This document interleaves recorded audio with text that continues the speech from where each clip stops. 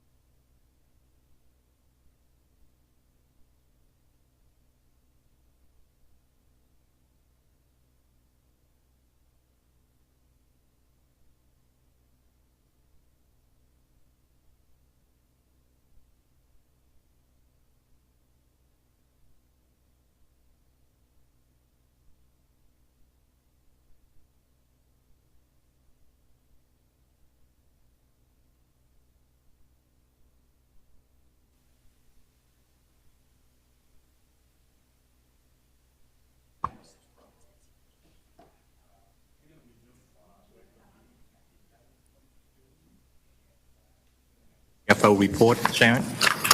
Thank you. I have some different stuff to go over today, but in the interest of time, I'm going to cover it at a higher level. And if we have questions, you can slow me down, and just trying to be respectful of what's left on the agenda today. So my kind of special report this month, I wanted to talk through exactly what we do in eligibility enrollment. It's not just signing people up for our connection program. It's much more comprehensive. In the old days, we used to call this function financial counseling, but for all the self-pay uninsured patients that we see here, we do have a process that we go through. We try to find any type of coverage that they may have, and these are just the major functions as you kind of move down the list. One of the main purposes is to try to find them insurance. Connection is a program that if we cannot find any other coverage, we will move through the connection screening. But we do a lot of Medicaid eligibility. We have you guys approve 2 third-party vendors that we use. We also look for insurance discovery. Interestingly enough, a lot of people don't know that they have coverage under a certain plan. So that is one of the functions that we get through. We also have several grants that cover a big portion of our population. You can see a few of them up there. And I have some numbers on the next slide, so just bear with me. This is the conceptual slide, and then I have a little bit more detail to follow. We work with certified ACA counselors to see if we can get some of the Affordable Care Act coverage for our patients. And we also have, upon discharge, if nursing home placements are required, there's eligibility assistance that we will work through to find coverage for those people. Connection screening is definitely one of those high activity areas. Between that and the Medicaid eligibility at the top, those are going to impact the most patients. And if for some reason we don't find any coverage through connection, we do have a presumptive charity policy that's been in place for about the last 3 years. And if you qualify for that below 400% of FPL, you will get an 80% discount. We have close to, it's in the mid-90s that qualify, 90%, 95% of our self-pay do qualify for charity under the presumptive charity that's allowed. And that's reported on the cost report that impacts our Medicaid cap that is utilized for the distribution of some of our Medicaid supplemental dollars. And then if for some reason you're still not covered and you're over 400% of FPL, at billing, we provide our self-pay patients a 40% discount.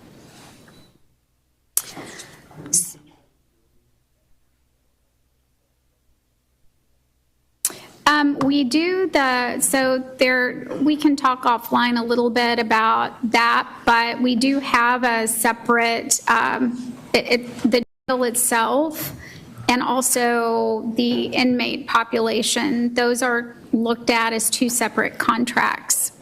So. A lot of activity with homeless and all that stuff. And yes. A lot of them are veterans that I'm not sure we pay attention to get them qualified back to the VA program and stuff like that. So, yeah. So when you look at numbers, which is one of my favorite things to do, we looked at the applications that we were that processed through our eligibility office, and it was close to 29,000 for January, February, and March of this year. So this is 1 quarter. We found coverage for about 2/3 of those patients, and then we have an additional 18% pending. That pending number is really large because when you look at the Medicaid eligibility, those are very complex cases, and those can be worked through for an extended period of time. So when you look at the total application, 1/3 are approved for the Connection program. About 13% get approved for Medicaid through this process or SSI. We do find some Medicare eligibility and the grants that we talked about. And then we also, working with the Affordable Care Act counselors, we can find coverage under that program or the Children's Health Insurance Plan. For coverage not found, that leaves about 18%, about 8% are over income. And remember, for those that we don't find coverage for, most of those will qualify for either the 80% discount under 400% of FPL or the 40% discount. They will qualify for one or the other of those. And then the numbers get pretty small. 4% just didn't provide the verification or follow-up. And you can see withdrawals covered or access to another program or other. So I really just wanted to educate you guys about, it's not just about Connection. I know we focus, and it's an important graph that we look at every month, but there is a lot of activity that goes around other qualified programs that we can find payer sources for our uninsured patients. Mm-hmm. Yes.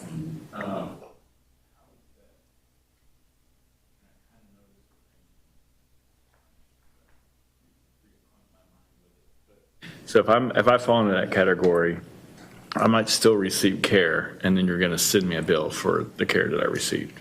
Correct. There might be some upfront costs you might ask for, but the bulk of it's going to be, you're going to send me an invoice. Correct. Bill. A bill. Our actual collection on that bill is pretty low, isn't it? Very minimal. Okay. Correct. So, Quick question for you. This is for, Yes. when we talked earlier, I forgot to ask. In the total application, does that also include requalification of existing one, or that fall outside of these numbers? what was the first part of the The question? requalification of the JPS connection? Does that go into that total application, or is it outside in addition to all this stuff? That, I need to verify that, but I think that would include the recertification because it would be included in that 29,000 applying. Okay. So, you know, what I'm trying to do over the next few months, and DT and I have talked about this, each month I'm going to be bringing a special subject around our self-pay population. Next month, we're just going to talk about what the top few areas of opportunity that we think exist for some of the higher cost or utilization areas for the Connection population. And then at the following meetings, we will be talking about plans around trying to reduce or realize that opportunity. As I look at that, if we were increasing the number of folks that's applying, the percentage of identifying folks on the other programs would increase. So one of the deals that I'm interested in is new applicants, because that tells us if we are hitting a new market and trying to identify more. And I know that's that's a big piece because we still need to be working to identify, you got a lot of folks out there that's not covered. They're coming into the ER, so if we could get those identified in JPS connection, we could kind of start treatment in our less costly site. So getting that new application number up is critical. I think some of the process that Sharon already identified may be implemented to have presence, but I'm not sure when, but, at ER and stuff like Yeah, that. so Dorothy, one of the things that Michelle Haynes and her team have identified is we're not in the ER 24/7.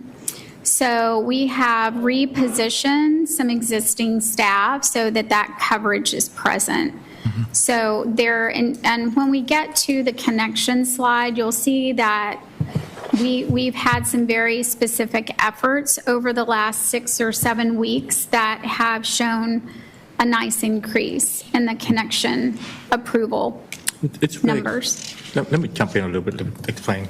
It's very complex when you deal with eligibility at the time of service, right? Because you don't have time to prepare.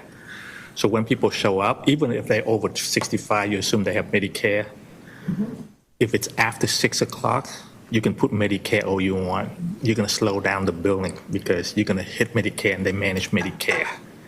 And manage Medicare, the fifth system shut down at 6 o'clock at night. So it doesn't matter what you do. You still have to redo it again in the morning if you want to do that. And there's lag time and, different plan, different MA plan. The MA plan can go to a commercial one, like a United or something, but it doesn't show Medicare itself. So lots of complex issue behind the scene to deal with that stuff. And timing also is critical because if they're inside the hospital and you can qualify them, then you're helping them because they still don't know if they have other problem with medical problem. But once they're home, you call them, it's a collection call. Nobody wants that collection call, so it's much harder to get to them. So, any question on this one?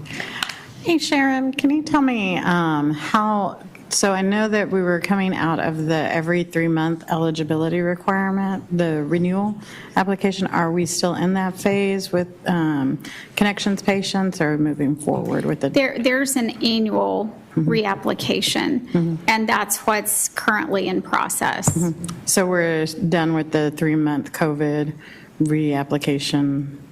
Yes. Okay. Yeah, the auto enrollment, yes. Okay. Yeah, they're having to reapply now. So that's kind of one of the reasons you're seeing the dip in the enrollment number, because we've focused on folks that have terminated over the last quarter, and you'll see a little bump in the historical enrollment number because of that effort. Okay. Yeah. Thank you. Some of the things that we may learn down the road from this exercise is know a little bit more about our population. Because a lot of time we're going to be facing, we don't see it, so we don't know, but we kind of suspect that, the patient out migration, like connection may graduate and then they have Medicare, they may go somewhere else. So is that a function that we need to talk to the CEO and the COO to see how do we approach that so that, we can re-engage or prepare them to move them over as some other assistance and all that stuff as well. Okay. We have, and again, I'm going to go quickly through this and maybe spend a little bit more time next month on definitions and the newness, but we have worked to kind of streamline the financial presentation. So I'll defer to the new chairman. It's good if we can reinvent ourselves every year. So based on the strong foundation that you left, Mr. Chair, we're just trying to improve on that. So one thing that I've put in here, this isn't new. We still have the graphs that will follow, but this is a quick glance summary from you can see the percentage change. There's actually a month and then the following page is going to be the year-to-date. So if you don't want to flip through and try to interpret, some people are more table folks, some people are more graph folks, so you can check to see which one you want. We pull the key graphs on these two slides. Okay. One that I do want to spend a minute on is the top right. We've always showed you average daily census in a different format. This is actually going to show where we are at midnight census. So it's similar to the patient days graph, but we're also showing you where we are in relation to total staffed beds. This is an important ratio for the rating agencies based on some of our discussion in closed session. And the reason this is important is both S&P and Moody's look at the occupancy rate, which is in the box. You can see that better if you pull it up on your portal. But anything over 75%, they view as full utilization. And they kind of expect that things are getting tight. You've got a lot of bed turnover. It takes, a couple of hours to turn those beds, especially in our facility. When you have a double room, there are limitations of what you can cohabitate in that room, male, female, if there's an infectious disease. So you would never expect to reach 100%.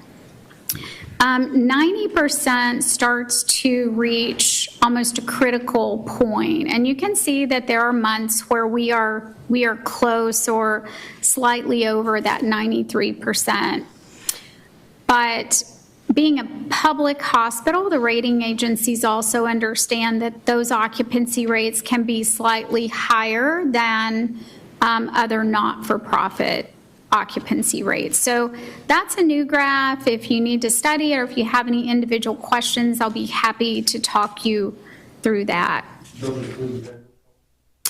These are just med-surg. Yes, our behavioral health is a little bit more homogeneous patients. And I looked at that occupancy rate. It's more in the high 80s, low 90s as we move through those beds. But that is not a graph that we are showing. If you look at you bet. I just wanted to explain the left quadrant there, the case mix index. I think we are above that line that we set. That Yes. probably can be viewed as we're doing a good job with the redocumentation, the CDI stuff. And that may later on transform into what Dr. Beck is working on is the HCC scoring and all that stuff, the risk factor. That way we have historical data to show, because we don't want to get to the point when we do population health and the MA plan is using a analytics company to make patients sicker than they are. That's not saving for Medicare and Medicaid. So I think this is a track and a good things to trace and start looking to see how we transform that and do a handoff over to the other side and won't get us in trouble. And we might not hear from Colin because he's watching every night to see, and Dr. Baker watching every night to see that number is correct or not, so as well. So those are nice to have there. Mm-hmm. Our outpatient stats slides do not have any change on them. We're still reporting those consistently. Surgery, we've given a little bit more detail to. For both inpatient and outpatient surgeries, those graphs are consistent at the top, but we did add some surgeries by type that are year to date. So you can see that was a question that I believe Mr. Bose had, and wanting a little bit more information on what types of surgeries are being impacted. And this is a graph, the bottom two are comparing our year-to-date actual versus the year-to-date budget. So you can see the gaps and overages by type. On behavioral health, again, these are similar. This is behavioral health admissions on the top left. And Trent, to your point, the earlier slides are just med-surg, and then the behavioral health is reflective of those beds at Trinity Springs and Trinity Springs North. So you guys are actually used to seeing not the admissions, but previously we had looked at patient days. So when we look at admissions, our behavioral health has increased in severity and a higher level of, I don't know exactly how, but it's a higher acuity level for our behavioral health admissions. We also keep the higher acuity admissions within our own facility, and then the bottom right slide shows those that we send out after we are in excess capacity. So it's a disproportionate acuity at this facility, so our length of stay has gone up, if that's a lot of words right there, but higher acuity. And but from a patient day standpoint, we are only about 2% below our budget year to date. Sharon, if I'm looking at April, on our admissions for behavior health admissions, then I go to the outside service, so we are transferring more to outside. If you look at that April, it's way over what we're budgeted to do. I'm trying to tie those two together. What? Is it those beds that we had in behavior health, they are reduced, but we're sending more out in that month? The beds are not reduced. We are having fewer admits into behavioral health, but they are staying longer, so the beds are full. The patient days are in excess or right at budget, and we're still having to transfer out to outside behavioral health. Okay, so the statistic on your actual census at midnight, like you did the other one, they're higher. Yes. Yeah, okay. Yeah, that you got to put something there, because it's when I saw that, I thought, wow. The census is going to show. Right. Yeah, I think I may have to change that back Right. to behavioral health patient days. For the most part, on a reimbursement standpoint, unlike med-surg, we do have more of a per diem reimbursement for behavioral health. The med-surg are more per discharge. So we can swap that out for next month. Yeah, that would help, okay. Yes, yes, ma'am. Before you go to the next one, Yes, sir. Sharon, let's go back to 14, the surgery statistic. Yes. And I think We're having a most, there we are. I think the intention here is just to give the report, and I don't know how is that going to transform to operation people, meaning, how, because each one of the department chair has the responsibility for the line of business and how they recover from that, or is it, I wish we can have overlay things that you can say, we only have this many provider or surgeon, because it's like working days and all that stuff, so that we can explain the story better. But it's good for now, so that people can start looking at coordinate to see the activity. I thought it was good, because sometimes the question is, well, the inpatient is down because they transferred to outpatient. They're doing more outpatient. Well, when you look by service, that's not happening in a transitional way. So to me, what I'm looking for next is for that surgery department to come back and say, well, I mean, how many operating rooms are we holding for them? What are they doing? Someone's got to come back and talk about why they continue to be off on inpatients and what's happening. Yeah, there's some room for improvement for data analytics, but I think that's what we are financing. I think this report shows a good operational issue for those departments to be able to look at things. You know, sometimes when you have it all lumped together, that service that's really performing is pulling everybody up. But when you do it this way, it kind of points to the department that needs to really address our operational, what's going on and what do we need to do different. Where do we? What's driving? And where do we invest for them to help them out?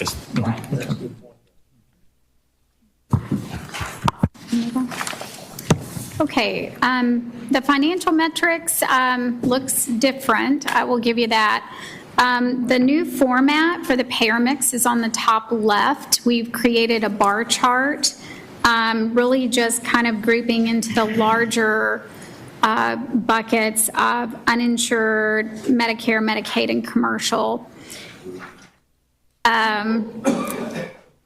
The bottom left, we have shown our days in AR for years, and we're very consistent right now with it. So what we are showing new this time is our cash collections to net patient revenue. So, you know, still keeping the pressure on Rory and his team and rev cycle, but as you can see, we are collecting well, and that is just over 100% year to date. So we're doing good on the net revenue side. And then the connection enrollment is one of our 4 financial metrics. And here you can see that we had about a 2,300 enrollment increase, or about 6%. We've already talked about the focus on the people who may have rolled off the plan in the last quarter to get them to reapply and re-enrolled. We are also optimizing our software that will help expedite that re-enrollment process.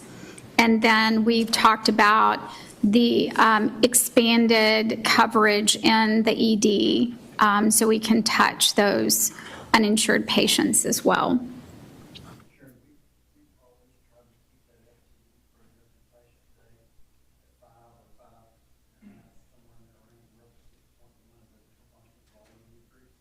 So the 6.1 is the budget, but we're actually operating at the 5.85 for the first 7 months. This is a tough graph. I think I need to rethink how we show the FTEs per APD. But yeah, let me asterisk that, and we'll come up with a different format because we do stumble through. 6.13. I really am. I thought we had tried to keep our budget somewhere around that 5.5 to 5.75 range. As we expand our services, we have added FTEs, and as we look through our budget each year, some of those contracted FTEs will move to budgeted FTEs, so less of a purchase service or insourcing. And right now, we would be higher if we could fill our open positions. And I think over the last couple of years, especially this fiscal year, it's highlighted perhaps the number, this FTE per APD is an important number, but it's not necessarily reflective of our salary costs on our income statement. So it is important, and we are looking at that, but as we add FTEs in the budget process, we're really trying to evaluate patient safety issues. We're also looking for efficiency issues. You can add a couple of more in the rev cycle area that is, makes a provider more efficient. So let me make sure. So the previous number that we calculated years ago may not include the outsourcing people. Is that correct? No, we try to pick up our contract labor. What we don't pick up is a purchase service. Service. So if it's a true purchase service and we have outsourced the function, those FTEs are not included in this paid number. What is included So our number may is, go up, but our expense may go down. right. Well, I know you like this figure, I know. But how does this compare to other hospitals that's outside our budget FTEs? I mean, how do we, is this in line with what they're doing? Or is it a standards that, should lower? Baylor, when I was on that board, if it went over 5.5, there was hell to pay. Well, I'm just saying that we've just looked at ourselves, and I'm just asking if we're going to use it to compare it to other nonprofits and other deals, so you would have a way of saying everyone else is running. I mean, we can set our goal where it should be, because, Maybe at budget time, that's a good question. well, I think that if you're going to bring it, it needs to be compared to what other hospitals are doing. Just like we can look at other things and say, we compare okay with this. If this is going to be your major measurement, and this is what other hospitals are doing, then there's a measurement out there. And I'm like Trent, it should be a standard. Somebody has set a standard. Difference has always been case mix index and acuity. Whenever we've heard that why the adjusted patient day is higher, it's because case mix index and acuity. I don't know if that's a consistent trend, if it's something that we can count on, but I do think, especially when we look at bond rating and we look at the bottom line, then being able to measure this very carefully against other providers is probably a good idea. Dorothy, we will do, we need to refresh our comparison to the other large 4 public hospitals, which we will do before the budget presentation, and work through that. We have looked at that in the past. So our income statement this month, again, is very consistent with prior months. We have about a 1.2% overage in our operating revenues for the month, as well as we do have an overage on the expense side. All of that is in the salaries and related expenses, about 13% over. So you see where we're slightly favorable on the FTEs, but the dollars that we're paying are at a premium. And then on the year-to-date, we are about at a $5 million gap to budget. We have the first 7 months operating income at $54.5 million.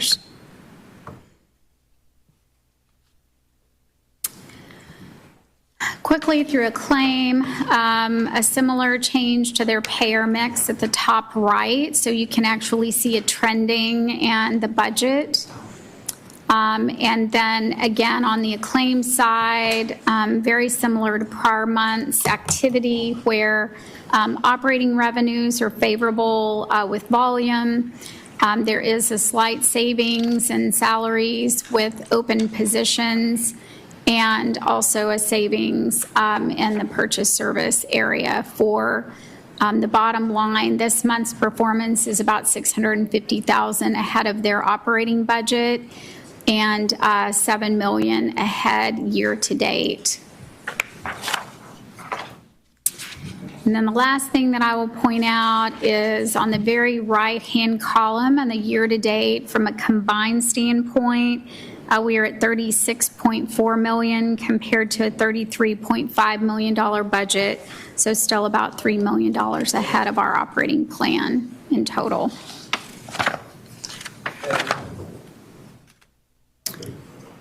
So that is very quick, and if y'all have any questions, I'll be happy to answer them for you. And anyone with questions?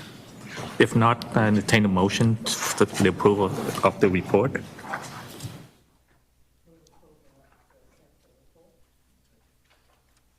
Thank you All in very favor? much.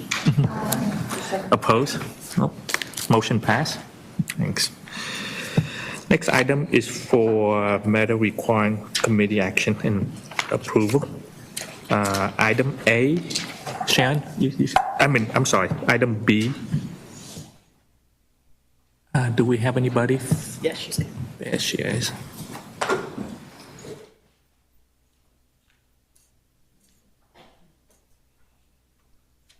Hello. Almost good afternoon. My name is Carla. I am the Chief HR Officer, and I am here to seek approval for the amendment of the ASO agreement between Cigna Health Life Insurance in Tarrant County. This extension is going to carry us through the end of the calendar year. And at that point, sorry, I ran from that other office.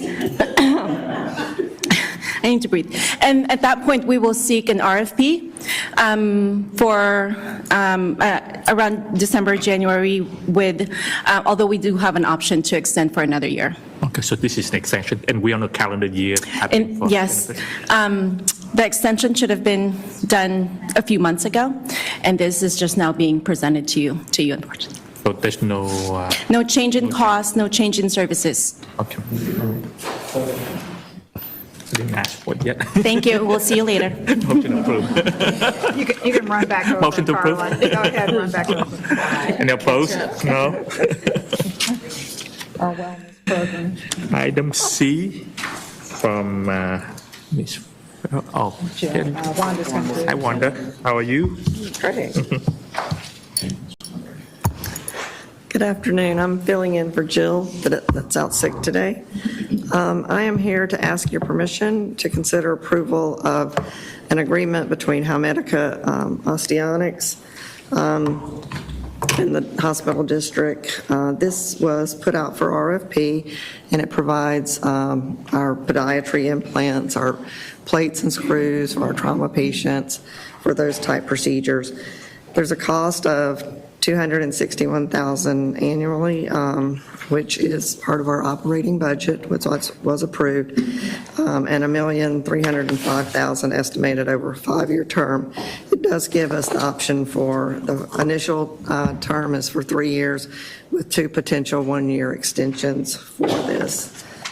We did, through the RFP, there were 6 respondents that were granted under the RFP. The others are at a much lower spin, and those will be brought back later based on once they are all vetted and approved. It does give us a 90-day out clause should we need to do that. The providers, they Yes, on sir. board with that? Absolutely. Prosthetic? They were involved in this process, for sure. Yes, sir. This is a cost savings for us. This contract will save us $78,000 a year for 5 years, for a total savings over the 5-year period of $390,000 by renegotiating these contracts. Move approval. I'd second. We got 2 of those. All in favor? Aye. Opposed? No. Motion passed. Thank you, Wanda. Item D, Joy Parker. Ms. Parker? All right, good afternoon.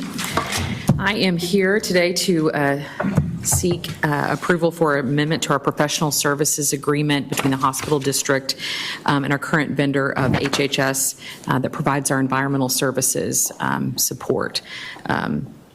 This is a cost of $774,000, which is included in our operational budget and is the result of, our decision to increase the minimum wage for our EVS employees, as well as add additional leadership. It does carry a 120-day out clause without prior notice, so seeking your approval for this today. Joy, when we, at the end of last year, when we adjusted salaries, I thought we did it then. From what I understand, I think it had to come forward, so this is in play today, so. There probably, This budget that we did, you're talking about the salary, Right, the yeah, hourly yeah. increase was part of this year's budget. So this is just a contract. this is the compliance with contract that. amendment This is to the contract that, for them yes. because We're not just now raising it, this is just the budget amount. Yes. Exactly. We did it then. It's already in effect. I'm coming to bring it Yeah, I was gonna forward. say we've- Hope you approve it. Oh, yeah, yeah, this has been there. We're late. Yes, thank you. Make the same motion. Second? All in favor? Aye. Motion passed. Thank you, Joy. Item E, Dr. Elliott.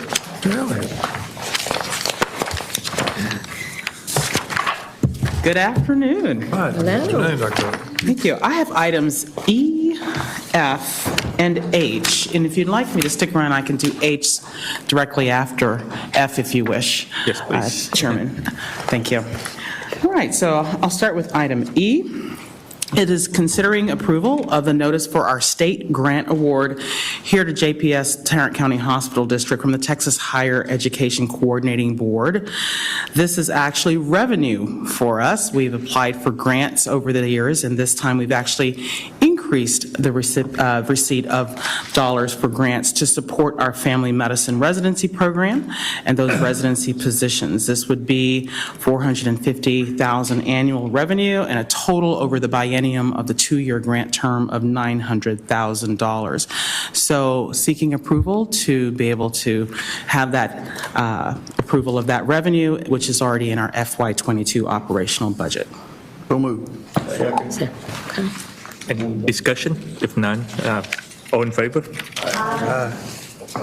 Motion passed. Item Thank you. F. We move on to item F. This is similar approval from the Texas Coordinating Board grant for Tarrant County Hospital District to support revenue from a biennium grant for supporting our psychiatry residency program. The total over the 2-year grant term would be $1.65 million, which gives us an increase of $600,000 over a 2-year period. So seeking approval to have that revenue, which is a part of our FY22 operational budget. I have a question. Once they put this in, it's not any way of them going back, cutting it to the next year. So once it's there, they continue it. So far, that's what's happening. Absolutely. So it's approved, the way that the legislature works, it approves it for 2 years. We have to keep going back every 2 years, though, to be able to do that. So this secures us for that, and as soon as we get this today, I'm submitting that notice of grant approval to send that directly to the state. All right. Motion for approval?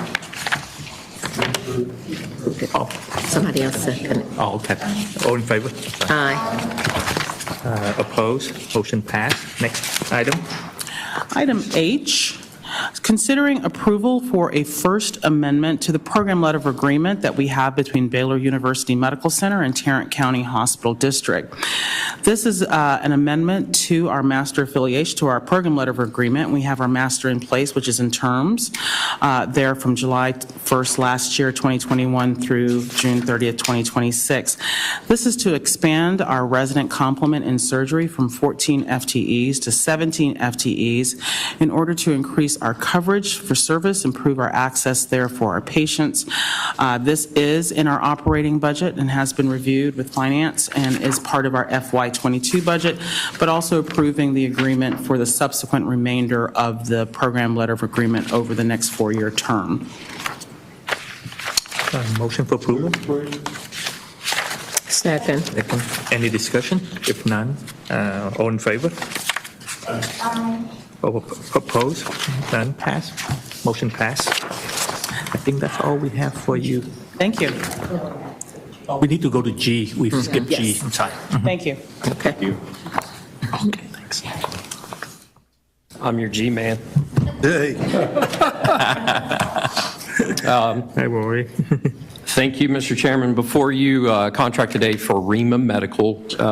Sleep medicine is one of those areas over the last several years really prevalent in the overall health and well-being of our patients, and in particular our connections patients. A group took a look at various companies through an RFP process. Dr. Alfaro was very instrumental in that process, kind of identifying a provider. REMA was selected. You can see the dollars there over annually as well as 5-year period. Would take any questions that you might have. Request approval. And I support this. Why are you presenting this? So outside medical services falls under my particular leadership and the payment of the outside medical services for connections. I move approval. I have two questions for you before we move forward. One has to do with the maintenance filter and all that stuff. As we dispense them, do we have a program to give it?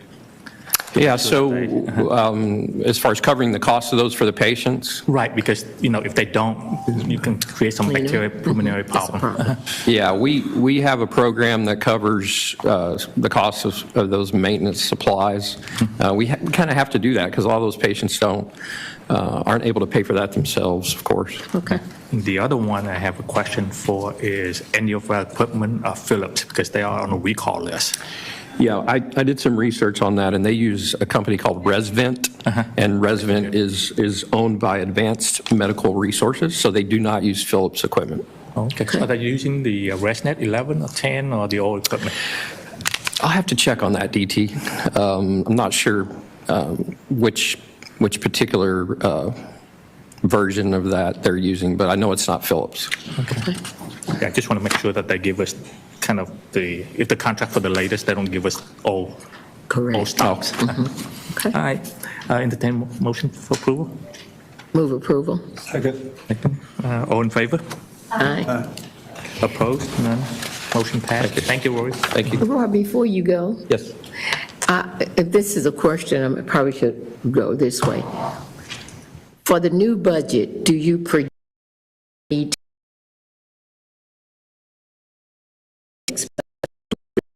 for looking at things that we are doing now and what we need to do in the future for JPS that's going to be a cost to us?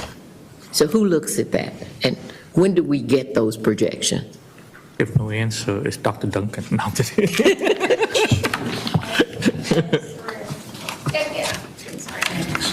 Talking about just the cost of. Well, yeah, stuff is changing. So what will we be covering? I mean, is anybody looking at now saying, okay, this is what we're doing for JPS Connection. What do we think we're going to be needing for the next budget year? Because more of this is going outpatient. And so that's what I'm asking. Oh, you're talking about like monitoring sensor? Yes, monitoring it's like for the diabetics, they are now doing the deal where you don't have to stick. So what are we thinking about in covering that?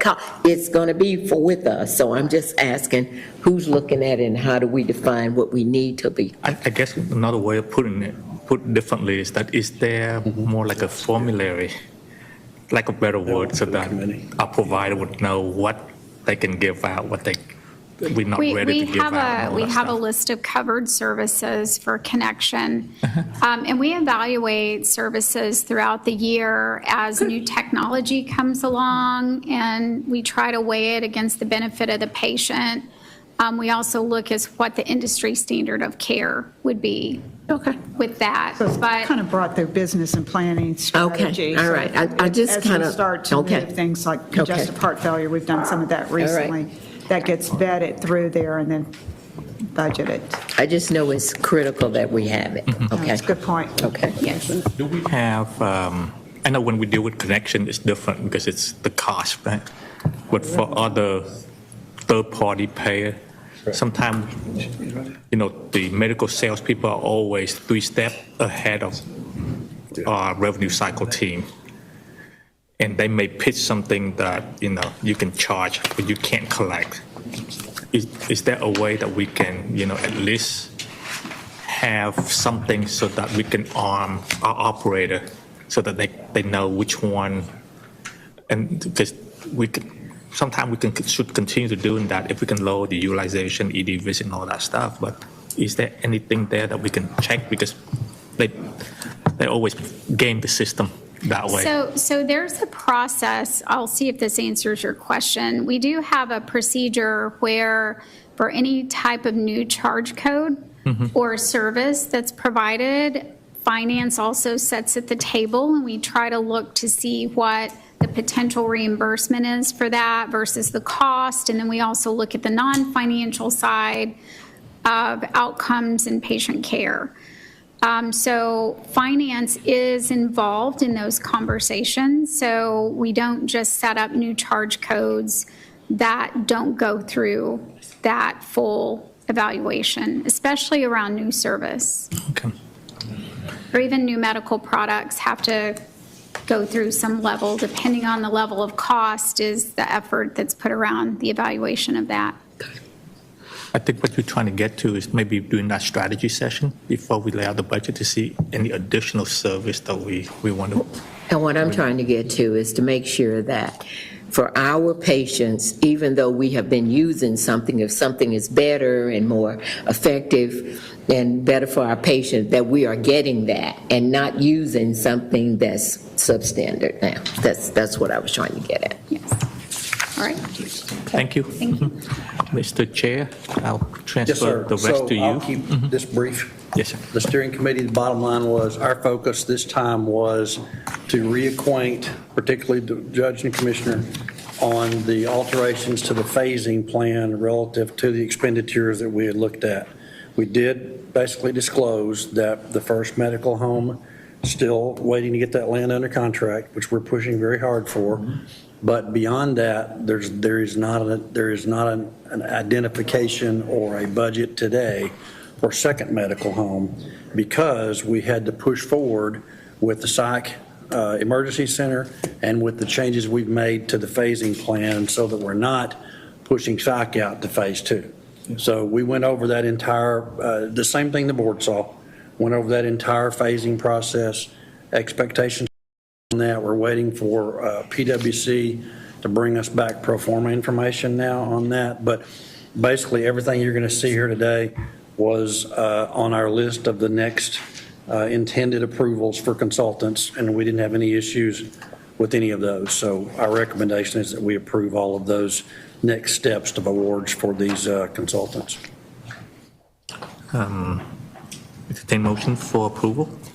Item. That's a motion. After you just need one. You approve them all at one time, you need individual approvals. So I think Derek is. We can, yeah. We can do either way. But let's do them quickly. Yeah, and as he presents, I was just going to mention that the packet that's on your table, those were just materials that we put in your portal. Good. We understood that those were a little bit hard to assess, and we're going to reorganize that for you all in the future. Thank you. Oh, Derek. Trees died, that report. The floor is yours, sir. Okay, thank you. Thank you for having me. Real quickly, we've got 3 RFQs, those are requests for qualifications, that we would like to move forward, moving towards contract with these 3 firms. The first one is for medical equipment planning. We had 6 firms that submitted, and we shortlisted 2. We interviewed, and that's the selection committee, which consists of the Broadus Levis team, as well as planning and a couple of other department folks with JPS. Shortlisted, interviewed, and Cavalis is the firm that we would like to move forward with. Cavalis is here in the Metroplex, has done significant work at hospitals throughout the Metroplex, and is bringing 100% MWVBE participation to the project. So that's the first one. You want to go through the whole thing, then we approve it one No, time? they're different. We have to do one by one. Okay. Entertain. Second. All in favor? Aye. Opposed? These require commissioners, right? No. All these are on the table. Motion passed for A. B, please. Okay, next. We have the civil engineer and surveying, and we had 5 firms that submitted, and Teagnall & Perkins is the firm that was the highest ranked, and they're Fort Worth based, been in business here in Fort Worth since the mid-'70s, and they've done other work at JPS, and currently they're the civil engineers with the team on the PEC project. So they clearly had the highest rank, and that's what the selection committee would like to move forward with, to contract with Teagnall & Perkins. Entertain motion for approval. Second. All in favor? Opposed? None.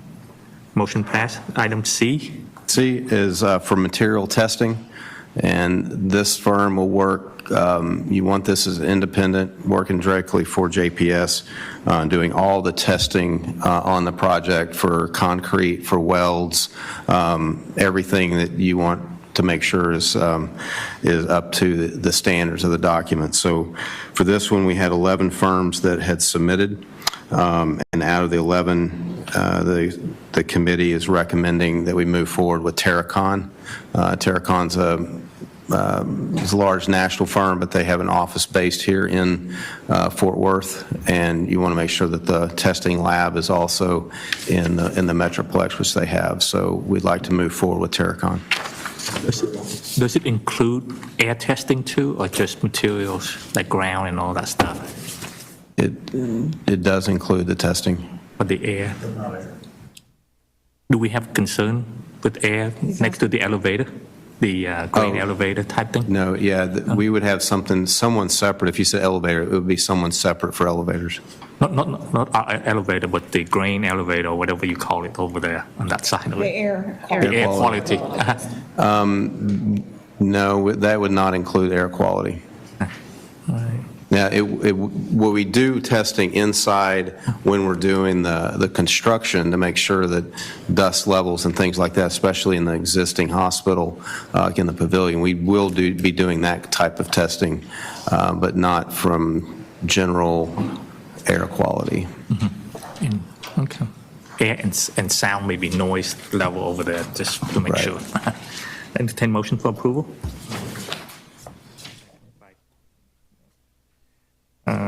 All in favor? Opposed? Motion passed. Item D.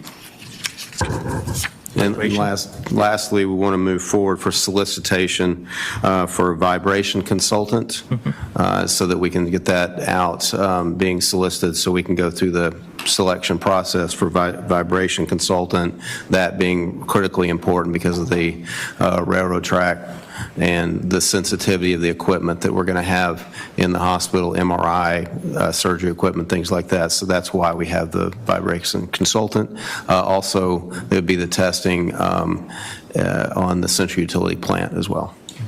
Entertain motion. Second.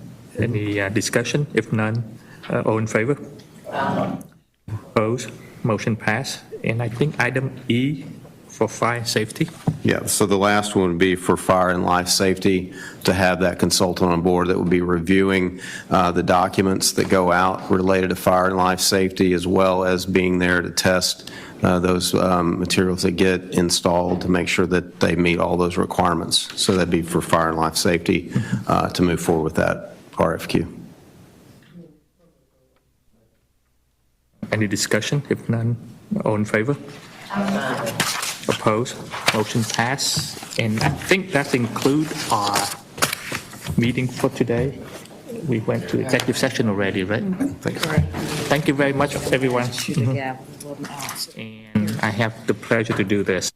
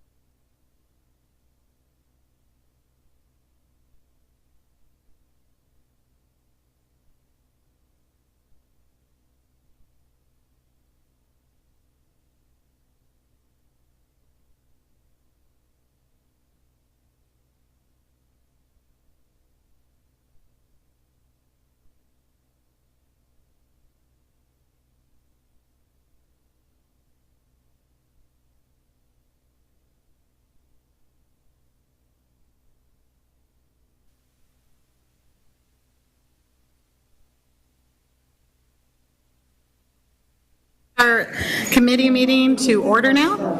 Are there any citizens wishing to address the committee? We have none. We have no citizens addressing the committee today. Do we have an approval on minutes? Second. All right, discussion? All in favor? Aye. Any nays? Motion passes. All right, well, today you get to meet our Chief HR Officer, Carla Cueva, and she's going to give us a couple of different updates as well, and then followed by Dr. Becker. Carla? Hello, good afternoon again. Again, this is my first time presenting to you, to the Board of Managers, so thank you for having me. First of all, I would like to introduce a new member of the HR team. Jason George, Vice President of Human Resources. Pleasure to be here. Look forward to contributing to this great organization. Thank you. Jason, why don't you come up and tell us a little bit about yourself real quick? VP sits right underneath her. VP, yeah, Char. She's chief. Right under her. SVP and VP.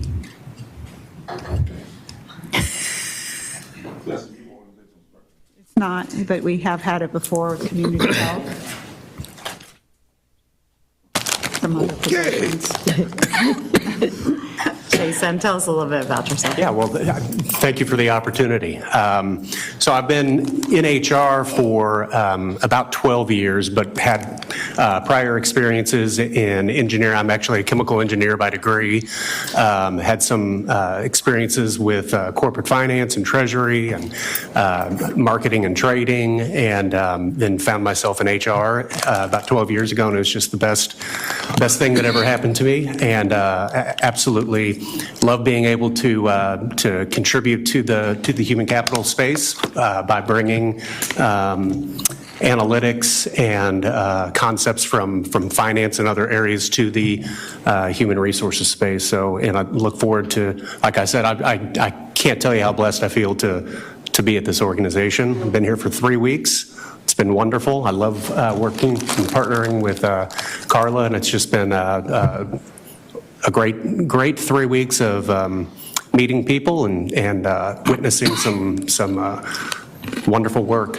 So thank you for the opportunity to introduce myself. Thank you. Thank you, Jason. I would also would like to let the board know that we have a new director for HR information systems. And this position is truly critical to the growth and the evolution of the HR division and JPS as a whole, as we develop our HR scorecard, as we analyze our needs from a technology perspective.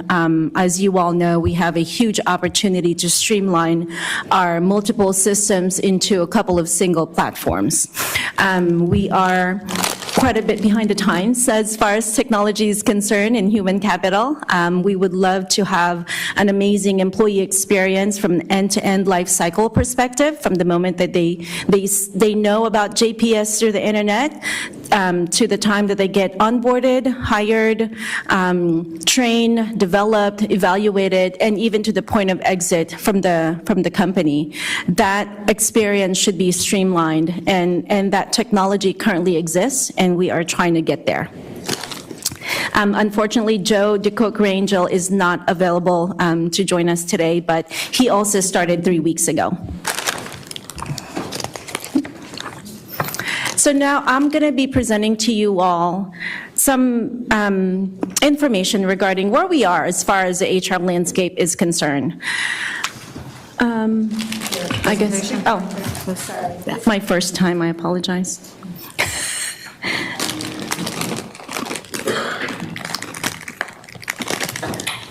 On button helps. It's harder than it was. Oh, I turned it on. Okay. Yeah. So again, just presenting to you where we are from an HR healthcare landscape perspective. As you all know, recruitment has always been a struggle for healthcare, even pre-pandemic. Schools are not producing enough clinicians. We're always stealing from other organizations. It's truly a talent war. And when we hit the pandemic, the issue magnified. We started seeing competition when it comes to money. Organizations and hospitals are offering very high sign-on bonuses, and employees were moving every 6 months, every year, to move from one location to another. But at the same time, we saw a high level of stress during the pandemic with our employees working 80-hour weeks, primarily our clinicians. So where we are right now, post-pandemic, even though we're not quite there yet, we're seeing a lot of burnout from our clinicians.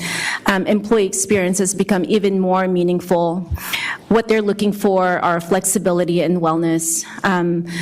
Where we're seeing most of these changes are in two generations, the millennials and the Gen Zs. In the different industries, you will see 30% of the workforce. 30% of the workforce are millennials, but in healthcare, it's actually higher than that. We are 60 to 65% millennials, and as you all might know, what are they looking for? They're looking for a different work-life balance. They're looking for a competitive landscape, competitive packages. This is the group that's switching job at a higher rates. We are being told by different associations and through research that they are switching jobs every 3 to 5 years. And so there's a certain level of attrition that we need to expect when it comes to retaining talent. As far as job condition, these are very smart individuals. They want to be involved in the decisions. They want their voices to be heard. And so respect and growth are the two primary motivators and dissatisfiers for these two generations. So the question that I ask myself and that I ask JPS is, what is going to differentiate us from other hospitals? And that is really the culture and our people strategy. We have an opportunity now to redefine our employee value proposition, because what worked pre-pandemic may not work now. And how do we get there? It's important to hear from our employees. All healthcare organizations experience very high turnover, and as you know, what that means for us is we need to understand who our new workforce is. And it doesn't matter that they returned, doesn't matter that they came from another company. It's just a different profile at this point. What we are trying to promote are these personal bonds, connection between caregivers, patients, employees throughout their employment cycle and the care cycle of our patients. Development opportunities. Again, our generation is attached to their cell phones, and some of us are too. The micro learnings are so meaningful. What does that look like? It's the 3 to 5 minute how-tos that they can access from their phone. Remember, they are on social media now, and they're seeing a lot of self-help, wellness to-dos, and we want to be able to provide those opportunities as well. And from a recognition perspective, it's truly beyond the thank you, going back to what they're looking for, respect and growth.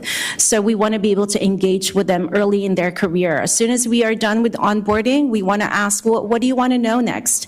And back in the day, I remember being told we are not investing on employees until they've been with us for a year, because it is a give and take relationship. But in these generations that we're seeing, we need to be offering them different opportunities to expand their knowledge about JPS, other parts of the organization, and really expose them to different operations. Okay. Moving on. So talking about, go ahead. Yes, sir. Do you have, or have you identified specific groups or areas to do recruitment in the community? We are targeting multiple groups and multiple areas. One challenge that we are facing is our reach in the community. we are finding ourselves having to go outside of Texas to look for talent. In Texas alone, the healthcare space is wide, and so we are going after the same pool of candidates. We're improving our relationships with different associations to ensure that we have a diverse workforce, and we are attracting the right talent for JPS. So it's through community engagement, it's expanding our reach outside of Texas, and making sure that we have a diverse pool of applicants.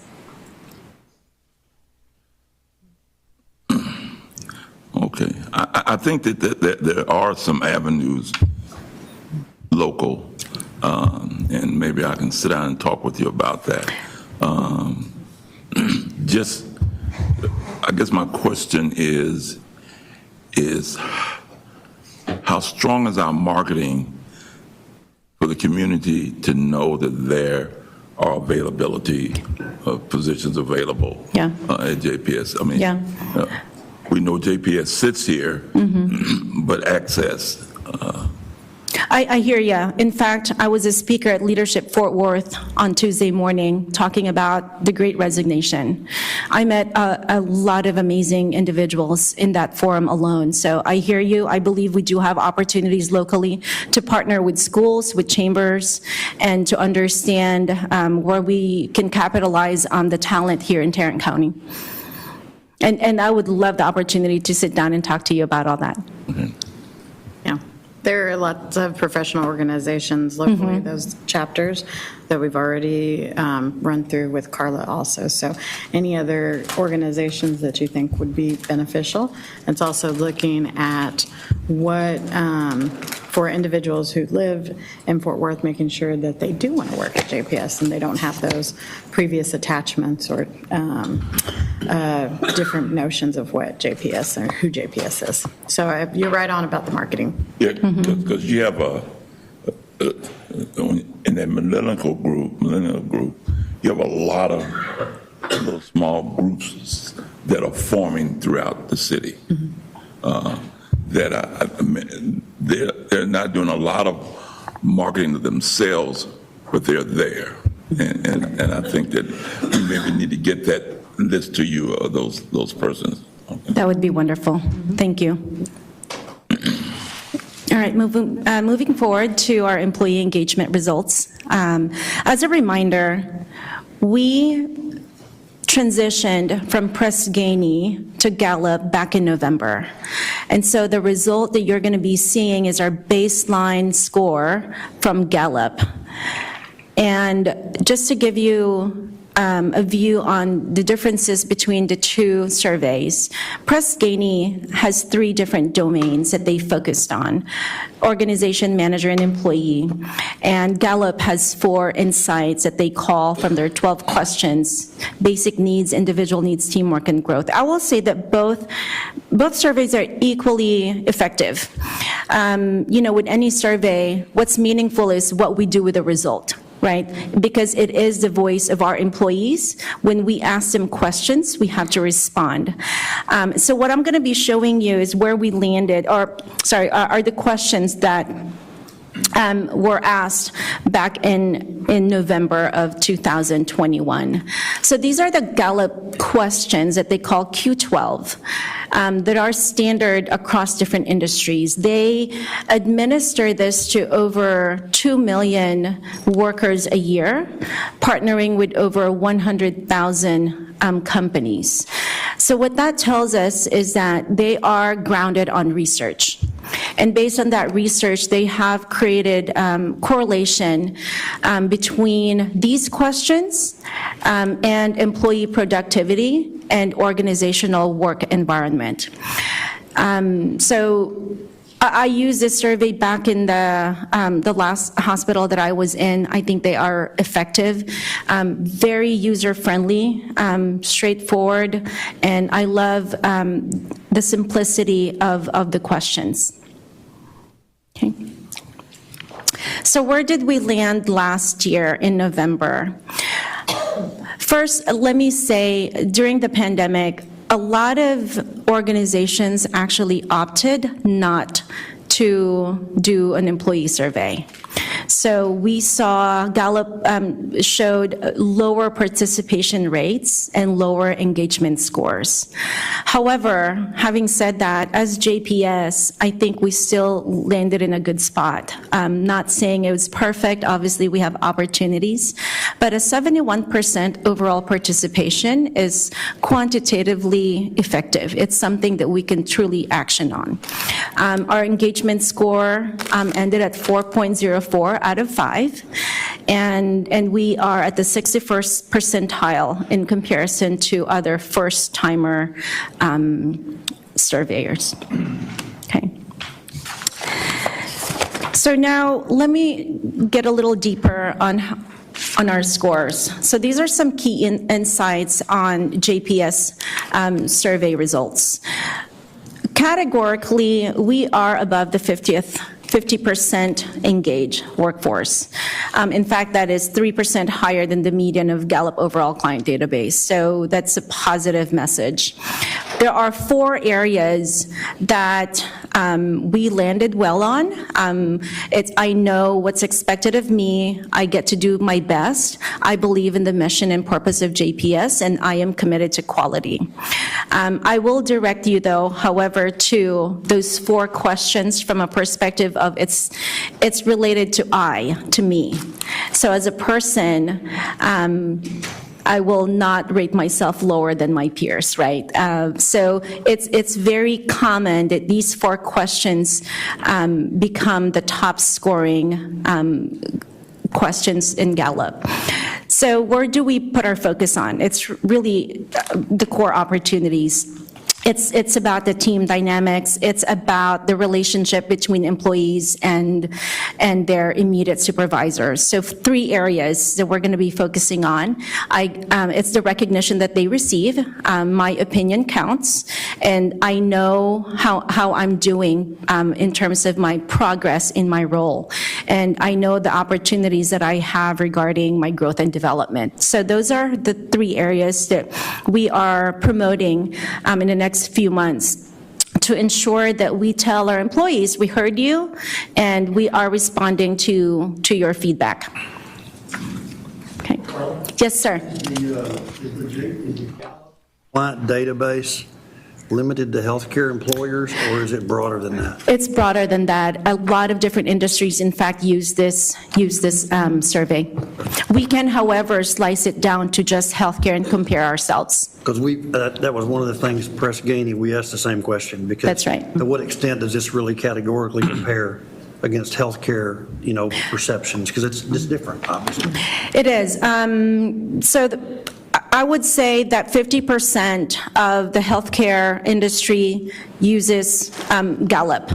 So it's still a pretty significant number of hospital systems and healthcare systems that use Gallup. But again, Press Ganey is just as good. The questions are very similar. 20 questions versus 12, but again, it's what we do with the outcomes that really matters the most. Do you know why we switch? Unfortunately, I can't answer that, DT. It was an RFP that we went after. Okay. We don't have Laura in here. I know she's out of town, but. Because I was wondering if there's a benefit to keep patient engagement in this one the same. That way you can follow through or cross-reference them, but now you have 2 different companies. Mm-hmm. Yeah, we actually worked with Gallup and Press Ganey together as we were making this transition. So they actually were asked the same core questions that Press Ganey had asked on there so that we could do an apples-to-apples comparison. Yeah. Great, thank you. Okay, thank you. As far as where are we seeing shifts from employee expectations, we are trying to get beyond the paycheck, my satisfaction, my annual review, my weaknesses.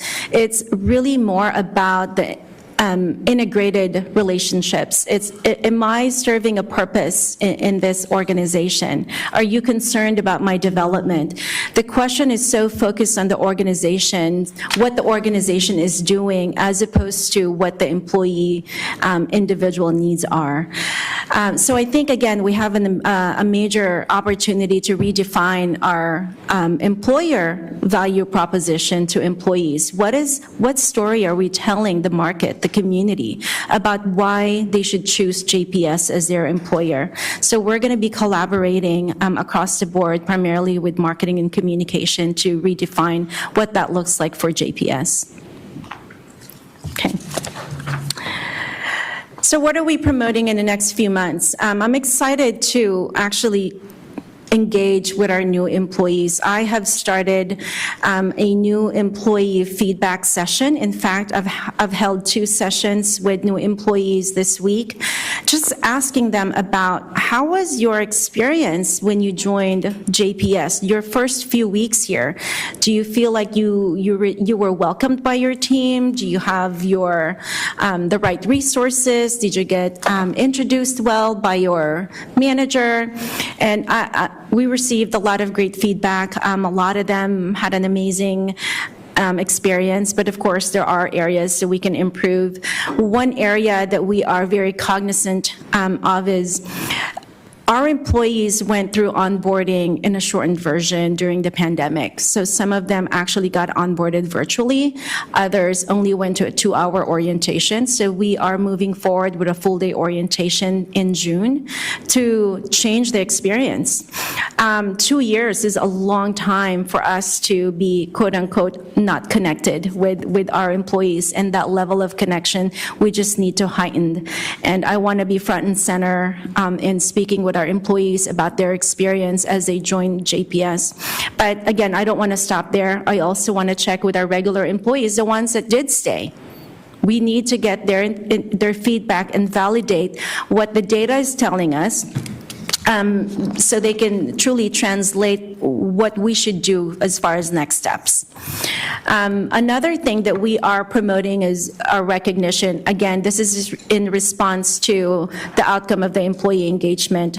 We're promoting peer-to-peer recognition, leader to employee, employee to leader, and leader to leader across the board. I am going to be hosting a series of what I call work sessions with our leaders and employees to, again, help me understand what this looks like for them so we can implement a successful program. The last thing that I want to talk to you all about is promoting what we currently do from a learning and development perspective. We have a lot of standalone courses that we offer every month to all of our employees and to all of our frontline leaders, our team leads and supervisors that are cohort-based, and also for our managers that have been here a long time. We need to keep them up to speed when it comes to reskilling them as they manage a new workforce. So we're identifying those competencies that are necessary now post-pandemic to make sure that they have the right discussions and with their employees and that they are effectively managing productivity and performance and making connections. Before I end, I would like to just give you a preview for what I am planning on presenting for the next HR committee. With the addition of Joe with our team as the director of HRIS, one of his first tasks is to create our HR scorecard. And so I'm really excited to show you all that. We're putting that together now. As you know, we're pulling from multiple systems to ensure and making sure that we trust the data first.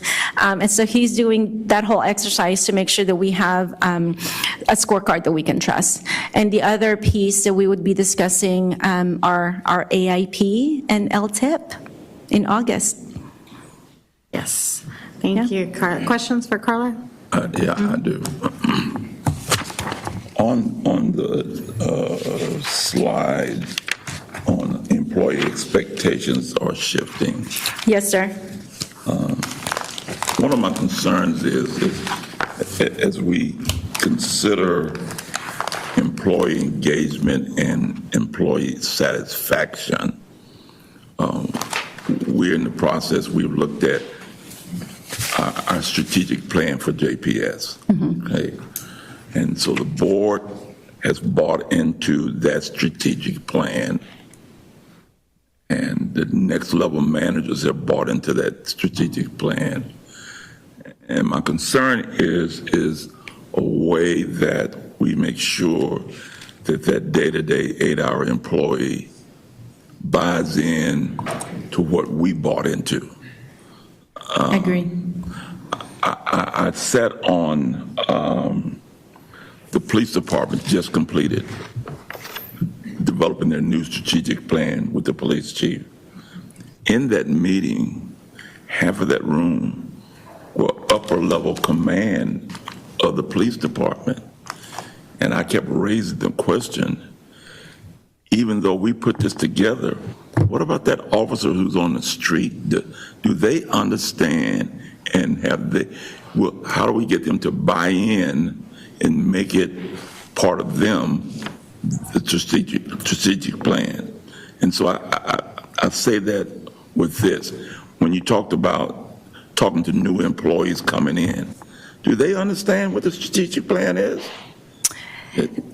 It's introduced to them immediately at new employee orientation. I will say that we have more opportunities to ensure that they are engaged, and there is no single approach to it. Our middle managers have I feel like they have the toughest job, right? Because they're the ones translating the strategy, to your point, back to their employees.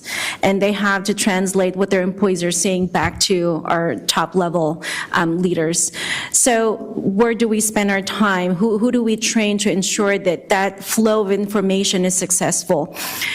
Everyone, but primarily our middle managers, to make sure that they can translate it exactly as we intended and it's not quoted the wrong way. And that's the area for the past 2 years that I feel like we have not done by virtue of where the world changed on us. And we're picking up from that point to ensure that we have a strong middle management workforce. And to your point, so they know. They know exactly what a strategic plan is.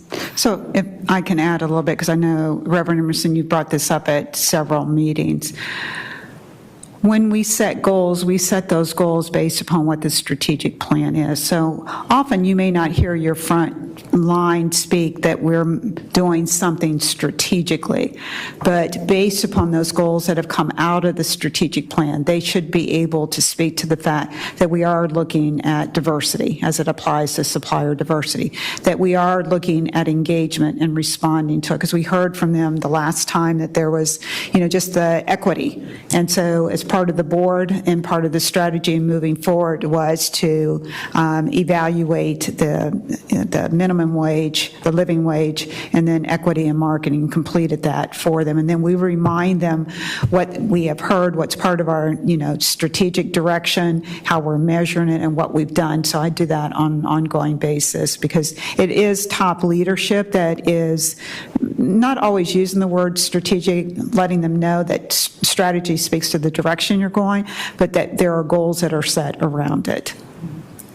Yeah. One more question. Is what we're looking at y'all's compilation of the results of the Gallup survey, or have we actually got the Gallup data?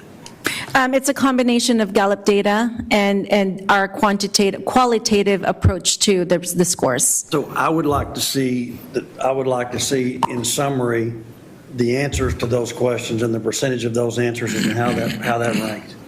Because we may not draw the same conclusion. Sure. It'll help me to understand where are the hot points, where are the places that we score the worst, where are the places we need to be emphasizing, our activities. So if it's possible, and whenever, Mr. Chairman, Mrs. Chairman, tell us when we can see it. I'd just like to have the data and look at it, especially with the new survey. Correct. And this is going to be baseline data, because one of the things that Gallup does is it's a continual ask of the survey. So you'll start seeing those particular So we're going to continually trends. survey. So at some periodic, frequency, just being able to Quarterly. see that data and understand. Because again, with Press Ganey, like DT said, we spent a long time trying to understand the baseline and then measuring from that baseline whether or not we were improving. We kind of got to do the same thing with Gallup. We need to will. understand the baseline and where we're going to go from. Yes, sir. And we are scheduled to roll out the next survey mid-September. Okay, good, thank you. Yes. Carla, I've got a question for you. Yes, sir. In my professional experience, surveys are a two-edged sword. I'll just give you an example. At the company that I worked for, they put a survey out. And when they got the results back, one of the things that some of them had said was the ergonomics of our office is not very good. So on a Friday, everybody went home, and on Monday, everybody had a new chair. But not everybody wanted a new chair. Okay? So that's why I said it's a two-edged sword. You've got to be careful that if we're going to do surveys, that we make sure that the employees know we're looking at these survey results and we're acting on them. Now, my next question to you is, does everybody in the hospital get a chance? I'm sure the survey come back anonymous. Yes. I'm sure, does everybody in the JPS get the survey questionnaire? Yes, sir. Or just first line employees? No, all employees actually receive the survey. How about middle management and upper management? Everybody from Dr. Duncan all the way down to, Have you got a way to separate upper management, middle management, and first line employees? yes, sir. And we even have the ability to break it down by department. Okay, because one of the things we found was that what A wants, B does. That's right. And we found that our supervision normally had a much higher feeling of how well they were doing than they were actually doing. Yeah, good point. So. Yes, sir. I completely agree with you. And, when we engage with these types of surveys, we want to make sure that we're able to analyze the data by department, by supervisor, by cost center, to ensure that our action plan is meaningful, that we're not giving everybody a new chair. It's actually meaningful by department. Yes, sir, thank you. And the other thing I would caution is if you start surveying too frequently, pretty soon it loses its relevance. So. Yes, sir, we call that survey fatigue, and we are being very purposeful about that. Okay, thank you. Yes, sir, thank you. I have a question for you, because it's a lot easier to do survey when you have a stable environment. You have a new system coming from Press Ganey. You look around the room, most of our leadership are new in the seat. How do you put sensitivity in there? So that to make sure to be fair, because we want to see feedback from the people below, grade their leadership. But at the same time, change is tough. And sometimes you have to give direction, and middle management couldn't carry that out. And then you end up penalizing the people that are trying to look at 2, 3, 4 years. Is there a baseline? Then what do we expect from the board year 1, year 2, and year 3, so that we can see, hey, if they get dinged for the right reason, we still believe in that leadership. We need to still be behind that person, because you have to assess and then coach them and then see their performance. That's right. If we really want to take DEI and all that stuff That's into right. heart. So I don't want to go down the path with new people, and your whole team are new. Your data analyst worked with you before, so you used to know the data coming up with Joe. But how do we certain that we don't shoot ourselves in the foot with all that moving part and getting really to the point where we can't manage the situation? Because I know year 1, year 2, usually you take a dive a little bit because they want to ding you to make sure that they've been heard, or and then year 3 and then smooth things out. So how do we do that? How do we? Because data analysts can be very, very interesting. Yeah, very carefully. So I would say, survey is an extension of the day-to-day discussion of employees, right, with their supervisors. It's an event that gives us a pulse in where we are as an organization. There are many ways that we can do that. Again, focusing on our middle managers to make sure that this does not become just an event. This should really be an extension of their day-to-day conversation, much like evaluation. No one should be surprised. But somehow we have to quantify what we're doing and whether or not, what we're doing actually works. We have a couple of teams in HR called Employee Experience and our organization development team. They are tasked to keep a pulse on the departments and be very proactive in, from a consultative perspective, in managing issues and concerns so that, when survey comes around, this is not the time that our employees are they're not doing anything about all the issues that we are running into. And so they're very active in rounding on the departments and our employees. Can we do more? Absolutely. And I think we do have those opportunities.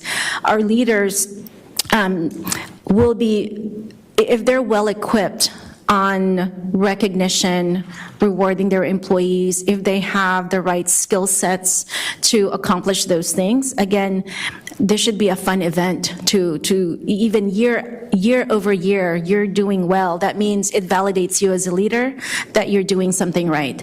Now, with the new leaders that are coming up, it gives them an opportunity to understand where their team is so that they can move forward with meaningful changes. I'm not sure if we're talking about the same thing, right? 'Cause Okay. I'm looking for more for sensitivity. If I run sales, let's say if I have a bunch of acquisition, salesperson, that I look at to see how many they have in the pipeline, because the less they have, the more they think that they're going to close, but they don't. Yeah. Same thing when you have new leadership coming in. I just want to know, is there a baseline so that we can be fair to the leadership of different unit and all that stuff, so that we can say there's an improvement this year, and all that stuff? Because our organization, and I may be totally wrong, but for so long that it was, hey, it's a county hospital, what do you expect? Right? So as you change it into more engaging workforce and all that stuff, it may take 5 to 10 years. And if we see the data, we can say, compared to Parkland, we're not doing this and that. That may not be fair for our own group and the circumstances that we are in. I hear ya. I hear ya. Don't want to look at blindly and criticize people. I mean, we never have a really good working, and I'm looking at Collins, apologize for that, but let's say he's coming in and he's trying to put standardization and everything else into compliance. Some people may not like it because if they are, he's going to be on them. And nobody's going to want a watchdog, but it's needed to keep the whole thing safe and all that stuff. So I just want to make sure year 1, year 2, year 3, we accommodate for that before we go. HR is my passion. I love HR. As but I is just want to mine. make sure we're fair to people. Yes, sir. I hear you. I think there are different layers of complexity, even looking at the different departments, right? I look at it as some departments are asked to boil an ocean, others are asked to boil a lake. And so how you engage with them will never look the same. And I think it's so important for us to hear the voice of the employees, the voice of the leaders, and what they're dealing with based on their oversight, and then support them, to your point, sensitively, to make sure that we're not asking them to take leaps when what we need to do is taking baby steps. But that requires a lot of dialogue that we need to be having with them to help us understand the complexity of what they're dealing with. And then collectively, as an organization, if we can see us moving forward towards the right direction, that is going to be a culmination of the different work that we're doing within different departments. But the complexity level will differ. I hear you. I think that level of sensitivities definitely need to be there. And different area had different discipline, right? Yes, sir. Absolutely. Yeah, you don't want that person to show up late because it's messed up. That's right. It's a safety issue. That's right. But if it's in IT, you can be late because you work at night doing something. And people, when they're different departments, they see things, they say, it's unfair. My boss is tougher than the other boss, but no, it's a different responsibility. Right. Dorothy? I think when we're talking about our strategic plan and how it get down to the employee, it has to tie into the importance of what they are doing and how it's going to move us forward. So as long as we can make sure that they understand what they are doing, how it ties in, that will get the commitment and the buy-in. And DT, on the different ones coming in and learning, there is a learning curve, and we do have to be sensitive to that. That's one of the reasons when you look at the leadership one, it's going to be someone that's very critical. You can look and see how long they've been there.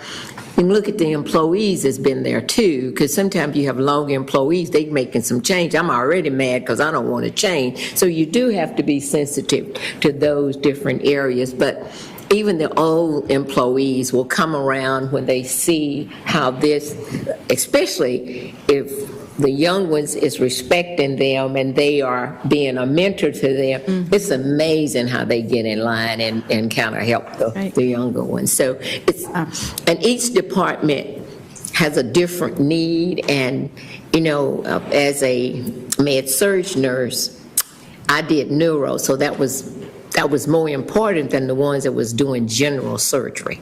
So you got to deal with that personality too. Yes. All the personalities, all the time. All of them. That's why we're at HR. Well, thank you, Carla. Thank you so much.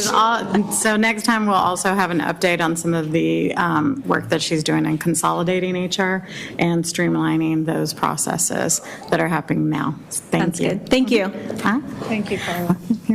Dr. Becker?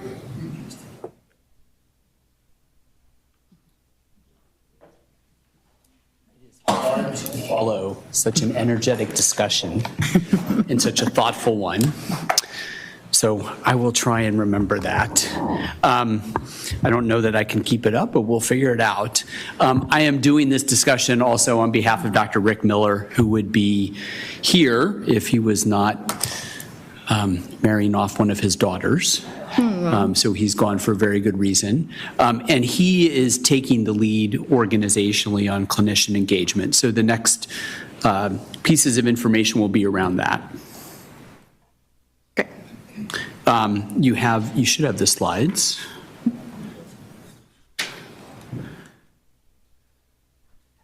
And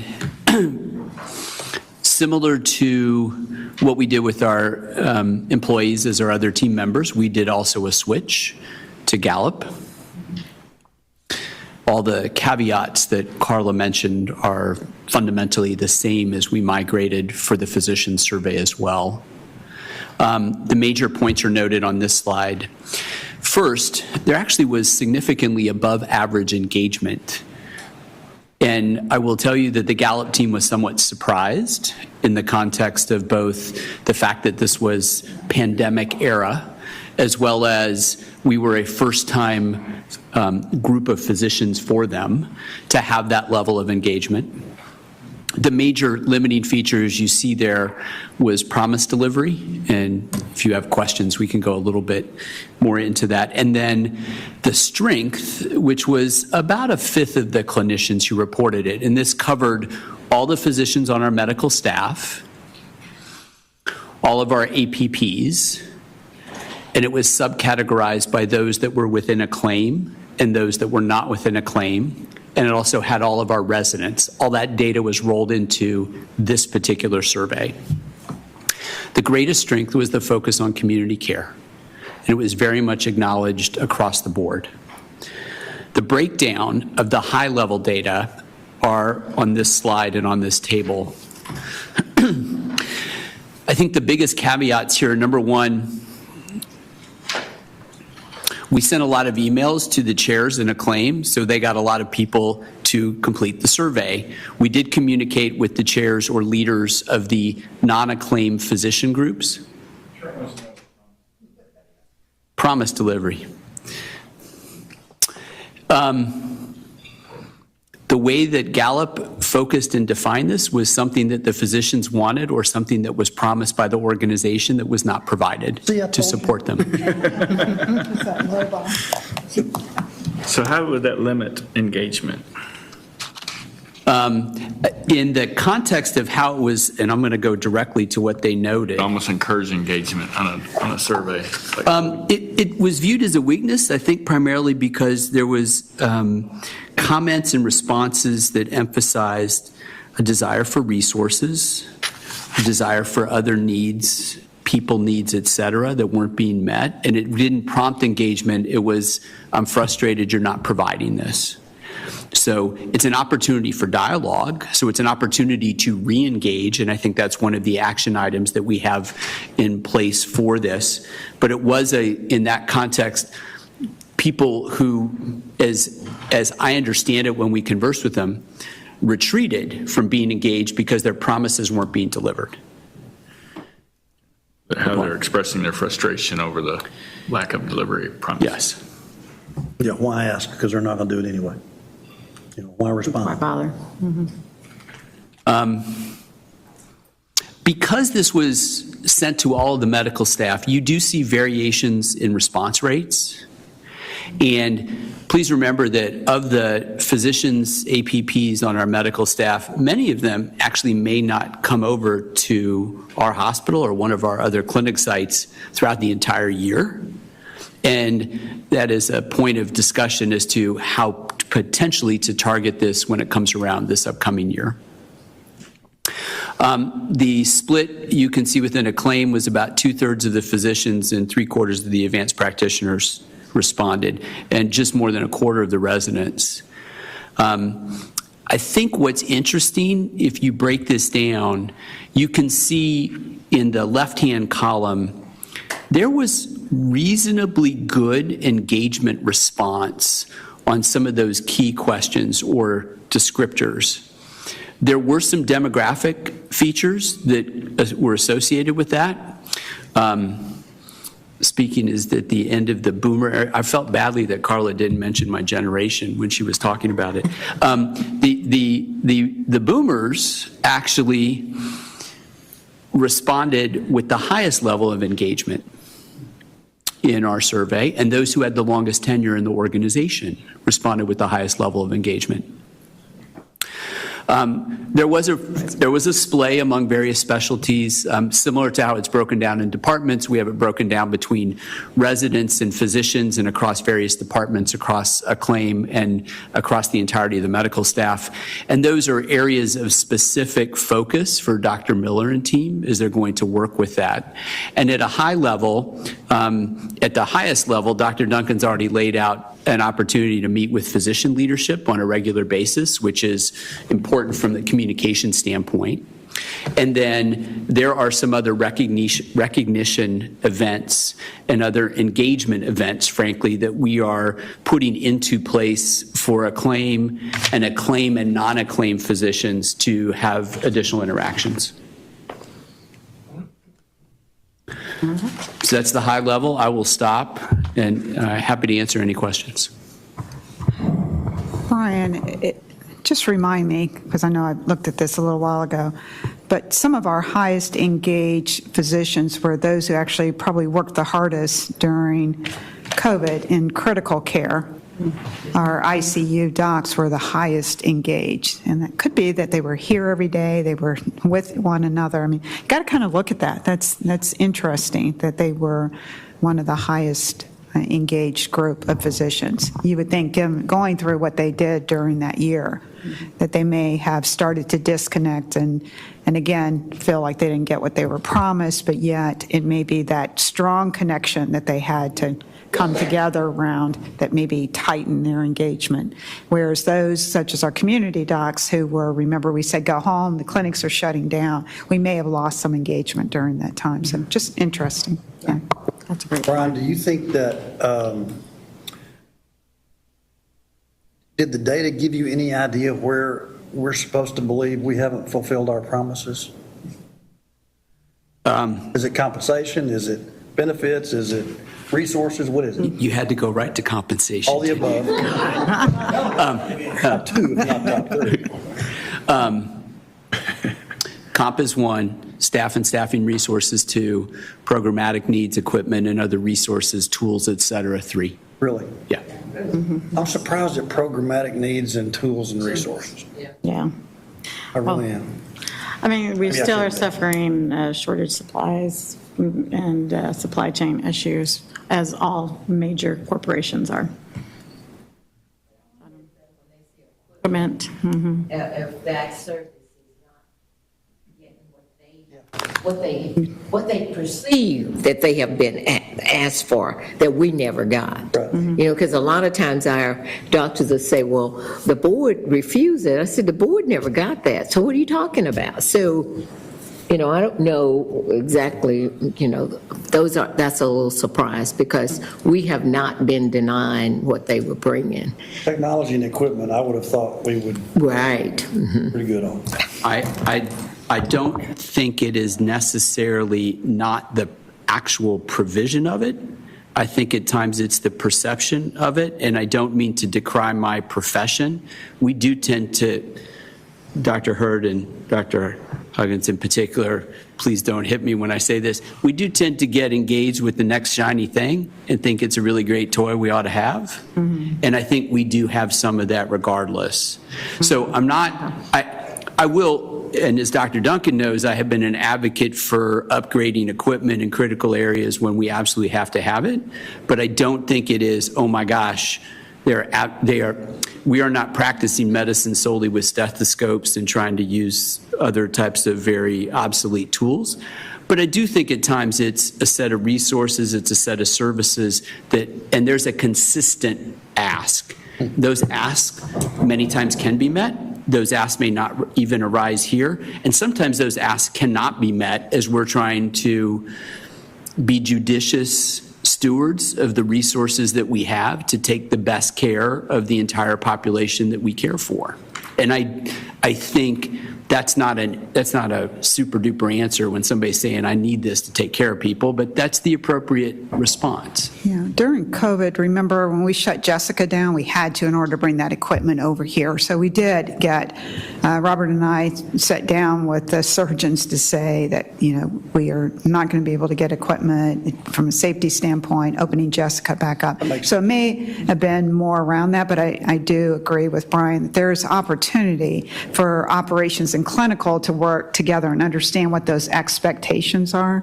I mean, being a physician, right, I'd rather have my own nurse and not share it and have a support and have someone answer my calls and making my appointments for me. So how do we begin to understand the resources and how best to use them? I think there's still some opportunity. Brian, how do we compare to other peer groups in these measures? I mean, other hospital systems, are we way behind? Is this predictable or what? Predictable, and at first pass with this survey, we do pretty well. Did well. I think we actually are starting off in a good place in that context. I do think we need to be conscious of not being enamored with out of the gate good performance. This requires a lot of fostering. And as we bring in, I'm going to come back to the comments that I heard, as we bring in new physicians, they're already bored of me talking about our Big Four and how it aligns with the strategic plan, but we are continuing to drive that degree of alignment and how their work and what they're doing is informing. And then what do you need to actually function and perform better? So some of the, and trying to be honest and deliver where we can and be honest when we can't. Yeah. Okay. Fair enough. Some of those conversations as we're recruiting them, they are aware of what we have and all of that. So that they ought to be closer to here's where I'm going and here's what they got, right? We are getting better about that. Oh, okay. That's right. We got to ask those questions to make sure. Great. Well, thank you, Dr. Becker. Thanks. So right now, we're going to go into closed session. Oh, wait. Oh, sorry, I forgot about this. So we've got 3 items. Policy. Carla? Can we approve these all at the same time? They're on. Yeah, there are 4 policies that we're seeking approval for, very minor, or 3, sorry, 3.